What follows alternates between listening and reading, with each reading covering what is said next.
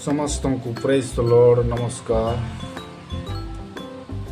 ପ୍ରିୟ ପ୍ରଭୁଙ୍କ ଲୋକମାନେ, ଆଜି ଦିନ ପାଇଁ ପ୍ରଭୁଙ୍କୁ ଧନ୍ୟବାଦ ଦିଏ, କାରଣ ସେ ମୋ ପରି ଅଯୋଗ୍ୟ ଦିନହୀନକୁ ଆଜି ଦିନକୁ ଦେଖିବା ପାଇଁ ସେ ମୋତେ ସୁନ୍ଦର ଅବସର ଦେଲେ।